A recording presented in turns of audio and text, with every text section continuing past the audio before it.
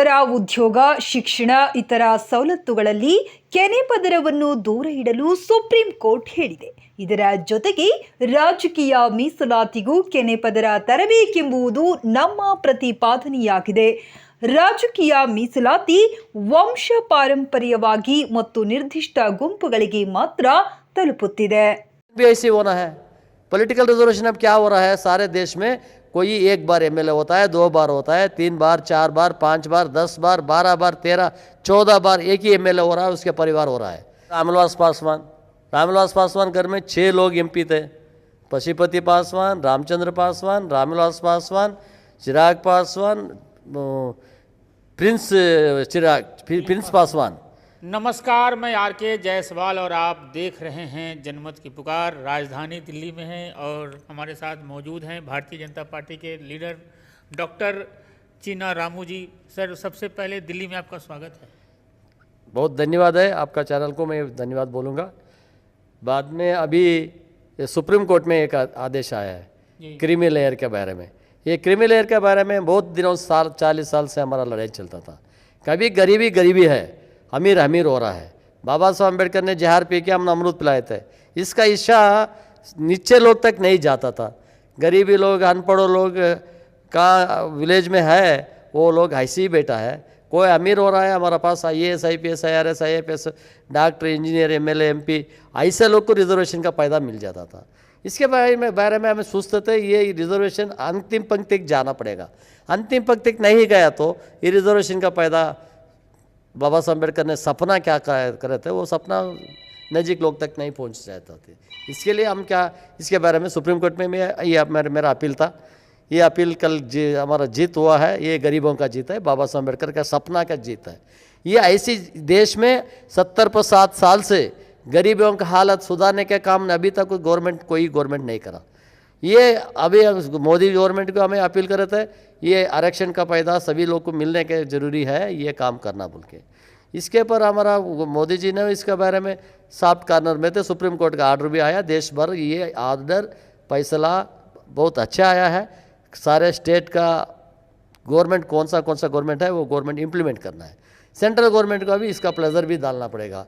ये इसके बारे में अलग अलग ऑर्गेनाइजेशन, सोशल जस्टिस के लिए ऑर्गेनाइजेशन बहुत लोग हैं, बहुत टीम है, वो भी हमारा साथ में जोड़ना. ये इशू गरीबों का उद्धार के लिए है. इसका बारे में हम साथ गरीबों के साथ खड़े हैं, कभी रहेंगे, अभी लड़ेंगे. और एक भी हमारा अपील है, पेंडिंग है. वो ये ऑफिशियल्स का बाद में गवर्नमेंट का नौकरी में और दूसरे का फायदा उठाने के लिए क्रीमी लेयर लाया है. पॉलिटिकल रिजर्वेशन भी ऐसे होना है. पॉलिटिकल रिजर्वेशन अब क्या हो रहा है, सारे देश में कोई एक बार एमएलए होता है, 2 बार होता है, 3 बार, 4 बार, 5 बार, 10 बार, 12 बार, 13, 14 बार एक ही एमएलए हो रहा है, उसके परिवार हो रहा है. एक बार बाबा साहब अम्बेडकर का इच्छा क्या था, 10 साल का रिजर्वेशन का फैसला करे थे पहला टाइम, आज़ादी मिलने का टाइम. बाद में क्या हुआ, 10 साल के बाद में 10 साल बढ़ा के 2020 तक था. मोदी जी ने अभी 10 साल बढ़ाया है. ये 10 साल के बाद में और 10 साल तक पहुंचेगा. ये बेनिफिशियल्स कौन है, वही है. कभी कौन कारा है, वही कार का बैठा है. ये नहीं होना. गरीबों का हालत सुधारना बोला तो देश का भर आरक्षण में एक बार MLA होता है, MP होता है, वो छोड़ना है. बाबा साहब अम्बेडकर ने 2 अकलदार का काम करा है, बहुत अकलदार भी थे. उन्होंने क्या करा है, आप जनरल में भी लड़ सकते, रिजर्व में भी लड़ सकते. जनरल वो लोग रिजर्व को नहीं आ सकता. ऐसा बाउंड करके रखा है, किसका हालत सुधरा है वो जा सकता है. अभी देखो जगजीवन राम जी ने पहला बेनिफिशियर थे, वो डिप्टी प्राइम मिनिस्टर तक वो रिजर्वेशन में आ गए. उसका बेटी मीरा कुमार बोलता है, कुमारी बोलते हैं, मीरा कुमार. उन्होंने IAS ऑफिसर थी. बाद में उन्हें क्या करती है, इलेक्शन के लड़ने के लिए रिजाइन करके वॉलंटरी रिटायरमेंट लेके लड़ने आती है. वो टाइम पर उन्हें शादी हुई थी अपर कास्ट के लड़के को. इलेक्शन कमीशन बोलता है आप लड़ नहीं सकती, आप जाओ, जनरल में जाओ. वो एक ही दिन में जाके डाइवर्स करके हस्बैंड को पिता के नाम पे रिन्यूअल करती है SC बोल के. बाद में वो 6 टर्म लोकसभा अध्यक्ष बने तो भी रिजर्वेशन में जाने के शुरू करी. ये हालत कभी ऐसा नहीं होना. एक बार डाइवर्स देने के बाद, आरक्षण लेने के बाद वही पति के साथ अब जीना करी थी, 3 बच्चे के माँ भी होगी। ये आरक्षण का कैसा ये लोग धोखा करने लगे। अभी रामविलास पासवान घर में 6 लोग एमपी थे, पशुपति पासवान, रामचंद्र पासवान, रामविलास पासवान, चिराग पासवान, प्रिंस पासवान, ऐसा उसके घर पे 4-5 लोग ये रिजर्वेशन का फायदा उठा डाले तो गरीब और दूसरा गरीब कहाँ जाना है, उसे भी पॉलिटिकल पावर होना है ना। ये तो एक ही आदमी कहता है। ये मायावती है, मायावती 4 बार चीफ मिनिस्टर उत्तर प्रदेश की, 12 बार रिजर्वेशन में लड़ती है, कभी जनरल को नहीं गई। इतना पावरफुल दीदी है आप, अभी जनरल में जाके लड़ो। आपका पार्टी में जनरल में भी एससी लोग को दो, वो भी लड़ें दे, जीतें दे, आप ऊपर आंदे। बीएसपी कांसीराम का कितना सपना था दलित लोग को, पिछले लोग को आरक्षण दिलाने के लिए। ये आरक्षण का मामला वो छोड़ डाले। ये देश में ऐसा एक ही आदमी नहीं, सारे देश में कश्मीर से कन्याकुमारी तक ये आरक्षण का फायदा अभी तक कोई उठाया है, वो कहा के जा रहा है। ये देश में कर्नाटक में हमारा AICC अध्यक्ष है मल्लिकार्जुन खड़गे, 9 बार MLA, 2 बार लोकसभा, 1 बार राज्यसभा, 13 बार एक ही आदमी कहा गया तो क्या फायदा है। बीजेपी का एक नेता है, 4 बार MLA, 7 रमेश जिगजिणगी, 7 बार MP, एक ही आदमी 5 साल तक रिजर्वेशन का फायदा उठाए तो और दूसरा आदमी कोई भी पॉलिटिकल पावर आने का जरूरी नहीं क्या। ऐसा देश में ऐसा कोई कारा है, वही एक ही पार्टी का हिसाब नहीं है। सभी पार्टी में सभी दलित लोग, नवोन्नत लोग ये आरक्षण का फायदा कर रहे हैं। इसके लिए हमें देश में अभी सुप्रीम कोर्ट में भी केस हमारा एक पेंडिंग है और एक पिटिशन पेंडिंग है। वो पिटिशन में भी लड़ेंगे। ये सुप्रीम कोर्ट का अभी 7 बेंच का ऑर्डर क्या हुआ, ये ऑर्डर के साथ सारे गरीबों को तक पहुंचाने के लिए हम कोशिश करेंगे। ये सुप्रीम कोर्ट का ऑर्डर हम स्वागत करेंगे। देश भर गरीबों का विजयोत्सव बनाएंगे। ये विजयोत्सव बनाना कब बनाएंगे, ये स्टेट गवर्नमेंट और सेंट्रल गवर्नमेंट इमीडिएट इसका इफेक्ट करना, इसका रूपरेखा रेडी करना, गरीबों तक पहुंचाना। कोई आरक्षण का फायदा लेके ऊपर आया उसे आरक्षण से दूर रखना। राहुल गांधी बराबर संविधान को खतरा बताते रहे चुनाव में, पूरे चुनाव में। राहुल गांधी वो छोटा बच्चा भी नहीं, वो बड़ा भी नहीं, ऐसा हो गया, वो पप्पू हो गया। वो देश के लिए मैं पप्पू हो जाता, पार्लियामेंट में बोलता था वो। वो राहुल को कभी संविधान के दौरान में कुछ भी जानदारी नहीं है। उन्होंने छुप के वो इलेक्शन वोट बैंक के लिए बात करता है। ये बात करने के बात नहीं। कर्नाटक में एक वाल्मीकि कॉरपोरेशन का एक बहुत स्कैंडल हुआ है, धोखा कराया है, लूटी करा है, उसके बारे में कुछ भी नहीं बात करता। वो संविधान के बारे में कुछ भी नहीं बात करता है। बाबा साहब अम्बेडकर ने संविधान कितना अच्छा संविधान लिखा था। उसका नानी इंदिरा गांधी इमरजेंसी लाके उसे हटा डाले। उनको संविधान के बात करने क्या हराता है, ये हराता उसको नहीं है। राहुल गांधी खुद वो छोटा बच्चा है, वो उसका बात के ऊपर उतना कोई भी इंटरेस्ट नहीं रखता है। वो तो गरीबों का बारे में कुछ भी जानकारी नहीं है उसे।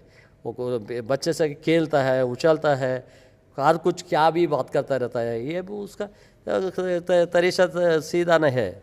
ये जो मुहिम आपने चलाया है, ये लंबी लड़ाई कहाँ तक लेकर जाने वाले? ये देश में कभी तक गरीबों का हालत नहीं सुधरेगा। वही तक हमें गरीबों के लिए सारे देश में ऑल इंडिया दलित एक्शन कमेटी सारे देश में अभी लड़ने का शुरू करा है। हमारा सारे देश में तमिलनाडु, आंध्रा, तेलंगाना, महाराष्ट्र, उत्तर प्रदेश, मध्य प्रदेश, हरियाणा, पंजाब, जम्मू कश्मीर, राजस्थान, हमारा गुजरात, सारे स्टेट नेशनल लेवल में हमें इसका ऑल इंडिया दलित एक्शन कमेटी टीम बनाया। हमारा बहुत मजबूत टीम इसके लिए काम करते रहे। आपकी राजनीतिक शुरुआत कैसे हुई थी? मैं बाबा साहब अम्बेडकर का बहुत बड़ा अनुयायी हूँ। बाबा साहब अम्बेडकर का इशू पे हमें लड़ने का काम करते रहते हैं आगे। इसमें बाबा साहब अम्बेडकर ने एक बात बोला था, Congress is burning house. Congress में आप नहीं जाना, आप अलग दूसरा पार्टी में जाना। पॉलिटिकल ही वेपन बोले थे। वेपन का मतलब ये है, हमें पॉलिटिकल पावर लेने के लिए मैं बीजेपी में राष्ट्रीय महामंत्री भी बनाया हूँ। देश में गरीबों के लिए ये बीजेपी में कितना काम अच्छा कर रहा है। मोदी जी ने इतना कोशिश कर रहा है गरीबों के लिए, गरीबों का हालत सुधारने के लिए कितना कोशिश करे। बाबा साहब अम्बेडकर का आवाज़ उठाने के लिए मोदी जी ने उतना काम करा है। ये नोट बैन हुआ, नोट बैन होने के टाइम बहुत लोग कांग्रेस को चिल्लाए, बहुत चिल्लाए। ये इशू किसका इशू है ना, बाबा साहब अम्बेडकर 1920 में कोलंबिया यूनिवर्सिटी में एक इकोनॉमिकल थियरी लिखे थे। उसमें लिखा था 20 साल को एक बार कोई देश का करेंसी है वो बदलाव करना, बदलाव नहीं लाए तो अमीर लोग अमीर होता रहता है, करप्शन के पैसे कोई जगह पे लूटते रहता है। इसके लिए नोट चेंज करने के लिए बोला था। ये कांग्रेस वो राहुल गांधी ने चिल्लाया ये देश में देखो गरीबों का हालत बुखार हो गया, गरीबों का हालत बहुत तकलीफ हो गया, ऐसा बोलने शुरू कर दिया। ये बाबा साहब अम्बेडकर का आशय क्या था? रिजर्व बैंक का भी आया है उनके तरफ से, ये देश में नोट बैन कराया, वो अच्छी काम करा है। बाबा साहब अम्बेडकर का पंचशील क्षेत्र का वो अम्बेडकर का कोई जगह पे पैदा हुआ था माऊ में, वो बहुत बड़ा सपना क्या उनका सपना क्या ये बना महल बना है। बाबा साहब अम्बेडकर ने संविधान लिखा था, वो जगह इंटरनेशनल अम्बेडकर सेंटर बनाया है। बाबा साहब अम्बेडकर लंदन में कोई पढ़ता था, उसको वो जगह पे अच्छा एजुकेशन इंस्टीट्यूशन बनाया है। दादर में उनका एक समाधि में बहुत बड़ा समाधि का पुत्र बने थे। नागपुर में अम्बेडकर का वो बौद्धिज़्म का हक लिए ना, वो जगह भी बहुत अच्छा करा है। ये मोदी जी ने बीजेपी ने बहुत अच्छे से गरीबों का बाबा साहब अम्बेडकर का सपना लेके आने के लिए काम कर रहे हैं। इसके लिए हमें बीजेपी में जोड़ा है, दलित लोग भी बीजेपी में जोड़ा है। बाबा साहब अम्बेडकर को पहला बार कानून मंत्री थे, वही टाइम पर कॉमन सिविल कोड लाने के लिए कोशिश करे थे। कॉमन सिविल कोड का मतलब ये है पिता के आस्ती में बेटी को भी देना पड़ेगा, भाई जो वो लड़की को भी उसका हक देना है। मर्द बने के पुरुषों के लिए उनको भी सीधा इक्वलिटी लाना के वो कोशिश करे थे, वो भी नहीं सुना ये कांग्रेस लोग। कांग्रेस नेहरू बोला नहीं मुसलमान को बुरके में रख डालो। ओके, उनको बुरके में रखे। हिंदू कोड भी लाने गए, हिंदू कोड भी लाने के भी नेहरू प्राइम मिनिस्टर वो नहीं मानता। इसके लिए वो रिज़ाइन करता है बाबा साहब अम्बेडकर ने। कोई औरत को मैं उनको आरक्षण नहीं दिलाया, उनको इक्वलिटी नहीं लाया, मैं ये पद में नहीं रहूँगा बोल के मिनिस्ट्रीगिरी को राजीनामा करे थे। इसके बाद में हम क्या बोलता है, ये बाबा साहब अम्बेडकर का सपना के लिए हम ये कोशिश करने का काम कर रहे हैं।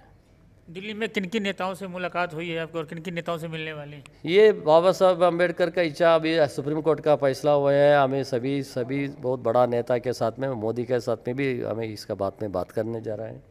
अमित शाह की जी सब बात में, नड्डा जी के साथ में भी बात करने लगे हैं। ये देश में हर कुछ सभी देश का नेता को हम इसके बारे में बता रहे हैं। आज सुबह ही एक शंकराचार्य के साथ में, स्वामी जी के साथ में हमें बात करें। शंकराचार्य स्वामी जी ने बोला ये बहुत आगे होना था, आज ही लेट हो गया, आप शुरू करो, हम आपके साथ में हैं। कोई भी इसके बारे में बुरा नहीं समझेगा। गरीबों का हक दिलाने के लिए सबका भी दिल है, मगर क्या होता है दलित ऑर्गेनाइजेशन टुकड़े थोड़ा गैंग है, वो क्या बोलता है, देखो बीजेपी वाला आरक्षण हटा जाने के लिए जा रहा है, हटाने के नहीं जा रहा है, गरीबों का फैसला देने के लिए जा रहा है लोग। इसके लिए वो गरीबों का हालत सुधारने का काम करने का जरूरी भी है ना। इसके लिए सभी लोग अपर कास्ट का लोग अपना साथ दे रहा है।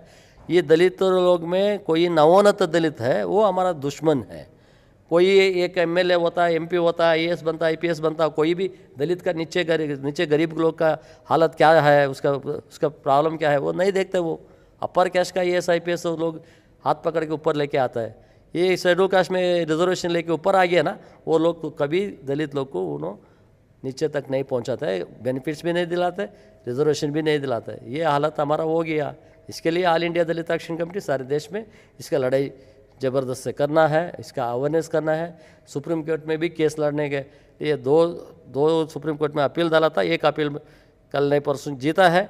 अभी आने का दिन में पॉलिटिकल रिजर्वेशन भी हटाने के लिए, पॉलिटिकल रिजर्वेशन एक बार लेने वाला बार नहीं लेना, वो दूसरे और हमारा भाई है बहन है, उनको मिलना पड़ेगा।